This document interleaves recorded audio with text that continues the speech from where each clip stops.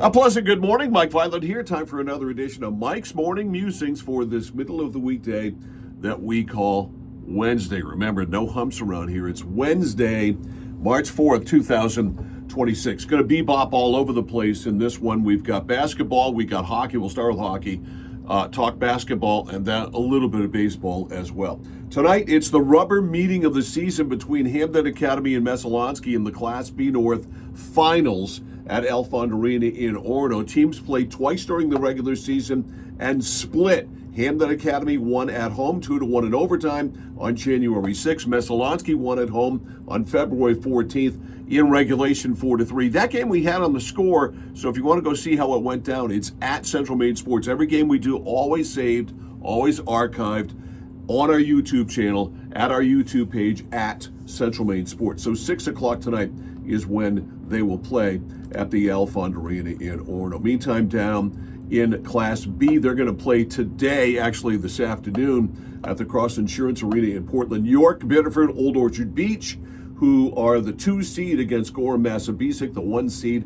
They will play at 4 o'clock there. And then the Class A games are after that in Portland at 6 o'clock, Lewiston and Cheverus, and then at 8 o'clock it's Falmouth and Thornton Academy. So Meso and Hampden Academy tonight, 6 o'clock at Alfond Arena in Orono. All right, Bruins last night, 2-1 win. The good Jeremy Swayman. He played well Sunday in the loss to Philadelphia.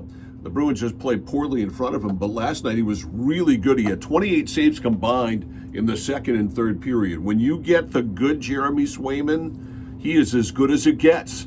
This is the guy that I thought the Bruins were going to have when they signed him a couple of years ago to that big contract. And then, of course, they traded Linus Ullmark, and he seemed to lose something when Ullmark left. His game went with him a little bit. He wasn't really consistent at all, but if he's like that, you know, the Bruins, maybe you go look for a goal scorer here, somebody who can score. I'd love to have a left-handed shot who can score from the left side, which is where most left-handed shots come from. Anyway, Bruins with a win last night, 2-1 over the Pittsburgh Penguins. I had a friend text me this morning and ask me if I thought Cooper Flagg would play again this season. And that's an interesting question. Remember when he got hurt right before the All-Star break? The Mavericks went out of their way to say that he would be back right after the All-Star break. First game after the All-Star break. Well, we're 2 weeks beyond the All-Star break. No Cooper Flagg yet. The Mavericks got hammered last night by Charlotte, 117-90. The Hornets, the next opponent of the Celtics tomorrow night.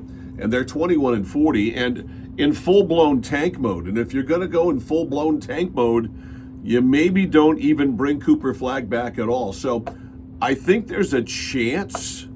Are you saying there's a chance? Yes, I am. I think there's a chance that he sits out the rest of the season. I still don't think it's going to happen. But disappointing. His teammate at Duke, Con Knipple, may beat him out for the Rookie of the Year award because he hasn't played, in 2 weeks. He's missed probably, 15 games total this year? 10, 15 games total this season. So we'll see.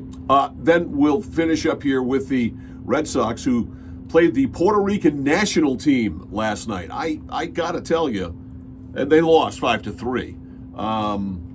I hate the World Baseball Classic. I really do. Why do they do it during spring training in the most formative, important part of the season for all major league teams? When you want to get people ready for the season, you want to see who you've got, see who you don't have. You got parts all over the place. You got this player playing here. We had Roman Anthony playing in the game yesterday, hitting a long home run, by the way, as the United States beat the San Francisco Giants in an exhibition game 15-1. So, you've got that. There are players, Willie Abreu was playing for Venezuela. You got people playing all over the place. I don't like, you want to play this? Do it after the season. Do it right after the regular season. You can play all the games in Florida and whatever, and do it then. Why do it now and disrupt every Major League Baseball's spring training? It's absolutely ridiculous to me that they continue to play this thing when they do. And finally this morning, sticking with Major League Baseball, how stupid is Jurickson Profar, the Atlanta Braves outfielder, pinched for the second time in a year for PEDs, some sort of testosterone. He got pinched last year in spring training and missed 80 games. This year, he gets caught again, and it's 162 games. And of course, he says he's not guilty. Everybody in Shawshank is innocent. Just ask them.